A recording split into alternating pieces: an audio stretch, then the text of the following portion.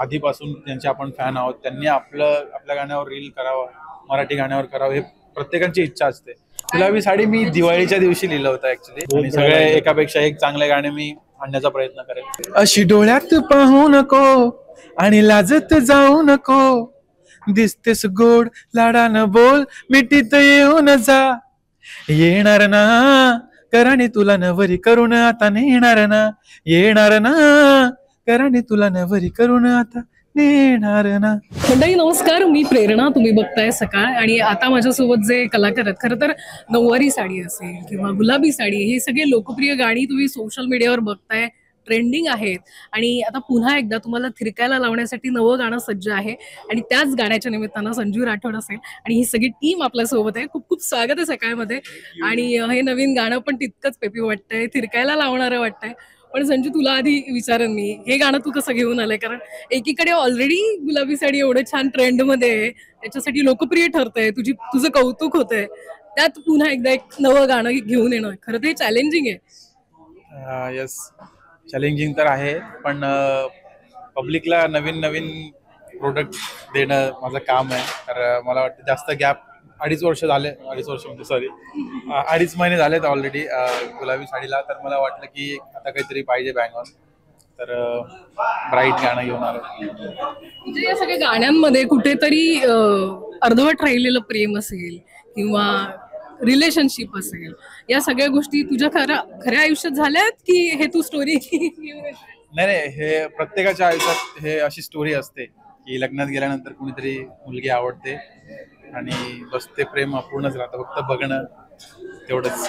तर त्या सगळ्या वाईब जुळून, त्या सगळा विचार करून मी हे लिरिक्स लिहिलेत आणि छानसं गाणं मी बनवलं. ब्राईड माझी नवरी असं त्याचं टायटल ठेवणं, तर त्यामागचं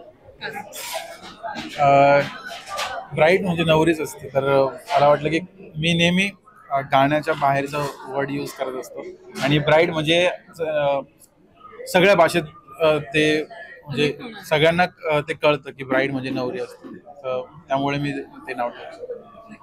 आणि या गाण्यात जे कलाकार झळकतात, नितेश आणि वैष्णवी, ते देखील आहेत. आणि दोघांची कमाल केमिस्ट्री, म्हणजे तुम्हा दोघांना एकत्र त्या गाण्यात बघितल्यावर असं वाटत नाही पहिल्यांदा असं एकत्र झळकतंय.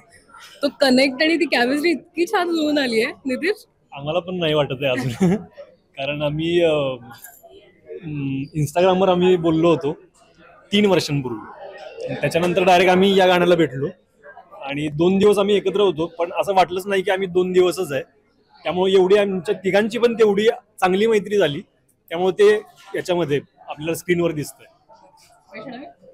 खरंच सगळे लोक बोलतात की केमिस्ट्री खूप छान वाटते. त्याचंच टेन्शन होतं, कारण की नितीश सोबत पहिल्यांदा मी काम करत आहे, इवन संजू सोबत पण आमचं लोकांचं बोलणंच झालेलं, पण आम्ही कधी एकत्र काम नव्हतं केलं. सो मला ऍक्टिंगचं थोडं टेन्शन होतं की कसं होईल, कारण की तो उत्तम कलाकार आहे, उत्तम ऍक्टर आहे, आणि मी डान्स तर छान करतेच, पण ऍक्टिंगचं आणि माझा काहीच संबंध नाही.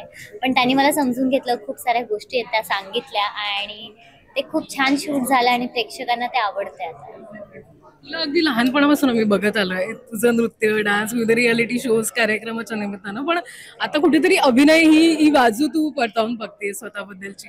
तर त्याबद्दल तुला काही अभिनय क्षेत्रात वाटतंय तुला की तू करू शकतेस आणि त्या गोष्टी करायच्यात तुला? मला वाटत नव्हतं, पण मी स्वतःचे आता हे अल्बम सॉंग्स बघते ज्यामध्ये ऍक्टिंग करते, कारण की बिग हिट मीडिया सोबत 3 केलेत आणि तिन्ही सॉन्ग मध्ये माझे वेगवेगळे कॅरेक्टर्स आहेत. सो मी स्वतःलाच बघते की नाही, मला जमतंय आणि ते होतंय. सो नक्कीच माधुरी मॅमला मी फॉलो करते, जसं ते डान्स करत त्या ह्या क्षेत्रात आल्या आणि मग त्या ऍक्टर झाल्या, तो सेम मला करायचंय. सो आता मी ऍक्टिंग क्षेत्रात जायचा माझा प्रयत्न सुरू आहे. आणि माधुरीजींचा उल्लेख केला तर गुलाबी साडी जेव्हा माधुरीजींनी केलं, ते रील आलं समोर, तेव्हा काय फिलिंग होती? कारण आपल्या गाण्यावर माधुरीजी थिरकतात, हे स्वप्नपूर्ती. मी तर ढगात होतो पहिली गोष्ट, कारण की मी त्यांना जे सगळेच ऑलमोस्ट मी त्यांची मूवी बघत असतो, धगधग गर्ल म्हणून, म्हणजे आतापर्यंत ते तसेच दिसतात. वय वाढतंय की कमी होतंय ते कळतच नाही, आणि मी त्यांचा खूप फॅन होतो. आणि त्यांनी माझ्या गाण्यावर रील केले जेव्हा मी म्हटलं ब्लेसिंग म्हणजे खूप भारी वाटलं. आणि आपण ज्यांना खूप आधीपासून ज्यांचे आपण फॅन आहोत त्यांनी आपल्या गाण्यावर रील करावं, मराठी गाण्यावर करावं, हे प्रत्येकाची इच्छा असते. आणि ती इच्छा पूर्ण झाल्यानंतर तर ऑब्व्हियसली माणूस ढगातच असणार. पण एकीकडे नऊवारी साडी असेल ते खूप लोकप्रिय झालं, पण त्याच्यानंतर गुलाबी साडी इतकं लोकप्रिय झालं आणि ते काही कालावधीनंतर एकदम ट्रेंडमध्ये आलं. माधुरीजींनी रील केलं, अनेक कलाकारांनी रील केलं आणि आता टाइम स्क्वेअर. सो बघितलं होतंस तू की हे गाणं इथपर्यंत पोहोचेल असं वाटत होतं तुला? आणि मला तर प्रत्येक गाणं करताना तेच वाटतं, कारण की मी माझा 100% द्यायचा प्रयत्न करतो. आणि माझं गुलाबी साडी टाइम स्क्वेअर पर्यंत पोहोचलं हे तर माझं ड्रीम होतंच की मला तिथपर्यंत जायचं आहे. हा, पण मराठी गाण्याला घेऊन जायचं आहे हे एक वेगळा दृष्टिकोन. म्हणजे नाही का की मराठी गाण्याला घेऊन जाणं कठीण असतं, है ना, की आपली एक रिजनल लँग्वेजला आपण तिथपर्यंत घेऊन कसं जायचं. तर ते पूर्ण झालं तर मला असं आता माझी एनर्जी डबल झाली आहे. मला असं वाटतं की आता प्रत्येक गाणं मी तिथपर्यंत पोहोचवण्याचा प्रयत्न करेन. आत्मविश्वास मला तुझा आवडलेला आहे. पण जेव्हा गाणं लिहितोस काय काय कल्पना असते डोक्यामध्ये की काय थॉट घेऊन तू येत असतोस? कारण एकदम वेगळेपण आहे तुझ्या गाण्यांच्या लिरिक्स मध्ये कायम. क्या खास सगळं वाईबवर असतं, है ना. कधी कधी अशी येते काहीतरी वाईब, म्हणजे मला काही किस्से आठवतात किंवा मग काहीतरी डोक्यात थीम बनवतो मी की आपण काहीतरी करू. आणि माझ्या डोक्यात हे माझे काही किस्से होते जे आलेत. बाकीच्या गोष्टी आपण आजूबाजूला बघतो, है ना. म्हणजे रायटरचं लोकांचं कामच असतं की आजूबाजूचं ऑब्झर्वेशन करून ते आपण आपल्या लिरिक्समध्ये उतरवायचं. तर मी पण तेच केलं की मी सगळ्यांचं बघून बघून एक कॉमन गोष्ट बघून मी ते लिरिक्समध्ये उतरवली. गुलाबी साडी कधी लिहिलं होतंस आणि काय काय गुलाबी साडी मी दिवाळीच्या दिवशी लिहिलं होतं ऍक्च्युली. दिवाळीला सगळे 23ला. हा, आता फुल फटाके वटाके फुटताय आणि मी जे असंच चालू होतं डोक्यात काय करायचं. आणि मग दिवाळीच्या दिवशी एकटा होतो, म्हणजे घरी पण नाही गेलो, काही रिझन्स होते माझे. मग घरी बसल्या म्हटलं काहीतरी आपण नवीन काहीतरी शोधूयात. आणि एक असतं प्रेमाचा रंग म्हणजे गुलाबी. तर म्हटलं नऊवारी साडी आहे आणि माझ्या डोक्यात एक कॉन्सेप्ट आली ती जी व्हिडिओमध्ये तुम्ही बघितली. मग त्याला प्रॉपर जाईल असं गाणं कुठलं आहे, तर मग मी ते नऊवारी साडी होतं. तर म्हटलं त्याचं सिक्वल आहे तर त्यालाच रिलेटेड साडीसारखं गाणं पाहिजे, तर मी गुलाबी साडी गाणं बनवलं. आणि ते गाण्याचा तो जो व्हिडिओ आहे गुलाबी साडी त्याच्यामध्ये काही सिम्प्लिसिटी आहे एकदम. म्हणजे फार काही त्याच्यात कलरफुल नाहीये, पण त्या सिम्प्लिसिटी मध्ये पण ते छान वाटतं. येस, ऍक्च्युली लोकांना आवडतं रॉनेस. जेवढं आपण आता साऊथचे मूवीज बघतो, पुष्पा बघा, RRR बघा, ह्याच्यामध्ये रॉनेस आहे आणि तो आपल्याला आवडतो, प्रत्येकांना कनेक्ट होतो. तर मी तेच ठेवण्याचा प्रयत्न केला की आपण जे ॲज इट इज जसं आपण जगतो तेच आपण व्हिडिओमध्ये ठेवूया आणि ते लोकांना आवडतं. राईट, तुझी नवरीचा काय थॉट होता आणि हे गाणं तू कधी लिहिलं? हे गाणं मला वाटतं झालं असेल 6-7 महिने झाले असतील. आणि लग्नाला रिलेटेडच मी केलेलं की हळदीमध्ये तसं असतं ना की एक मुलगा एक मुलगी, म्हणजे त्यांचं जे असतं नजरा नजर, त्याच्यावरूनच मी ते इमॅजिन करून लिहिलं आणि यांची नजरा नजर तुम्ही बघितली व्हिडिओमध्ये. नितीश, तुझं झालंय लग्नात? किती मित्रांचं लग्न अटेंड केलीये फक्त त्या गोष्टीसाठी? त्या गोष्टीसाठी नाही, पण नजरा नजर होतच राहते.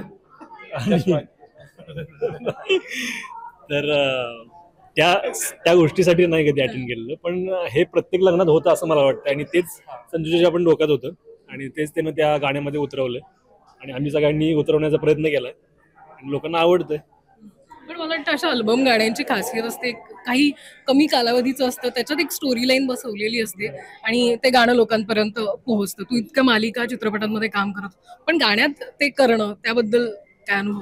उलट गाण्यात करण्यात मजा का असते, कारण ते शॉर्ट पिरियडमध्ये आपल्याला करायचं असतं. तो एक टास्क असतो, त्या शॉर्ट पिरियडमध्ये आपल्याला लोकांपर्यंत ते अपील करायचं असतं की बाबा हे कळलं पाहिजे त्या ह्याच्यात. त्यामुळे त्यात वेगळी मजा आहे ते करण्यामध्ये. त्यामुळे मला गाणी करण्यात कायम आवडतंच मला गाणी करायला.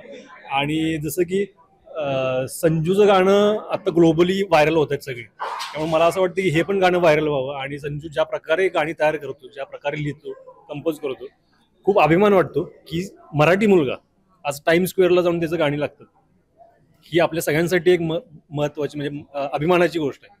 सो आणि मी त्या गाण्याचा भाग आहे, त्यामुळे मला खूप भारी वाटतंय.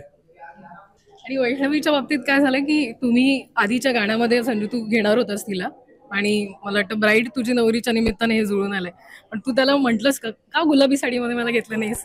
कंप्लेंट केली? मला तो म्हटलेला नऊवारी साडीमध्ये, मग का घेतलं नाहीस? ऍक्च्युली आमचा कॉन्टॅक्ट नाही झाला आणि मला वाटलं की म्हणजे मी तिला मेसेज नाही केला. ऍक्च्युली मला वाटलं की ती मला रिप्लाय नाही करणार, तर आणि आम्ही पण बोललो होतो 2-3 वर्षापूर्वी. तर तो मला बोलला होता की आपण करूया काय, एकत्र करूया काम. तू का मला घेतलं नाही सांगा. हे मी सजेस्ट केलं दादा. नाही आता नाही. आमचं नाही ऍक्च्युली प्लॅन खूप आधीपासून होता, पण तेव्हा मी थोडा स्ट्रगल करायचो आणि थोडा माझा बजेट पण लो होता आणि मला वाटायचं की दादा एवढा सिरियल करतो, वैष्णवी कुठे मला झलक दिखला आणि कुठे कुठे दिसायची. मला वाटायचं की मी खूप एवढं सगळं कसं म्हणजे माझ्या नाही म्हणजे मला माहिती होतं की गाणं वगैरे चांगलं आहे, पण मला वाटायचं की मी यांना कसं सांगू की तुम्ही कोलॅबरेशन मध्ये या, किंवा माझा बजेट एवढा आहे. त्यांना आणल्यानंतर त्यांचं असं नको नाही का नखरे की आम्हाला हे हॉटेलमध्ये राहायचं, तर ती भीती असायची त्यावेळेस. त्यामुळे मला वाटतं लवकर काम नाही काही केलं. हरकत नाही, पण ब्राईड तुझी नवरी ऍटलिस्ट फायनली आम्ही तिघे एकत्र आलो आणि जे हिटच होत आहे, वन डे मध्ये मिलियन झालंय. सो अजून भरभरून प्रेम मिळतं. मला वाटतं तू योग जुळून यायचं असतं, ते बरोबर जुळून येतं. आणि बजेटचं तू म्हटलं आता तुझा बजेट झालाय वाटतं. अभी हाय बजेट है, बहुत ज्यादा नाही, है. असं काही नाही. इसके लिए अभी वेट करना पड़ेगा. है क्या, तू अवेलेबल है क्या भाई? संजू जी हमें सॉन्ग भी ले रहे हो क्या? नहीं, हाँ ऐसा. असं काही नाही आहे. आमची एकदम मस्त चांगली फ्रेंडशिप झाली आहे चांगली जमली आणि आम्ही नेहमी करतच राहू. जेव्हा जेव्हा आमचा योग जुळत जाईल तेव्हा आम्ही करत राहू. हिंदीतनं वगैरे कॉल सुरू झाले असतील तुला, प्रोजेक्ट कोलॅब करा, हे करा. सगळे म्हणजे सगळ्याच लेवलवर म्हणजे आता एका मागोमाग एक गाणी येणार आहेत संजू तुझी, हिंदीतली वगैरे. Back to back. अभी तो बहुत आणि सगळे एकापेक्षा एक चांगले गाणे मी आणण्याचा प्रयत्न करेन नेहमीप्रमाणे. आता या गाण्याच्या निमित्तानं बोलतोय तर ते गाणं प्लीज ऐकव ना, म्हणजे तुझ्या आवाजात असं ऐकायला आम्हाला आवडेल. अशी डोळ्यात पाहू नको आणि लाजत जाऊ नको, दिसतेस गोड लाडानं बोल, मिठीत येऊन जा. येणार ना कराने तुला नवरी करून आता नेणार ना, येणार ना कराने तुला नवरी करून आता नेणार ना. या गाण्यासाठी देखील शुभेच्छा, तुम्हा तिघांनाही शुभेच्छा. Thank you so much, all the best. Thank you.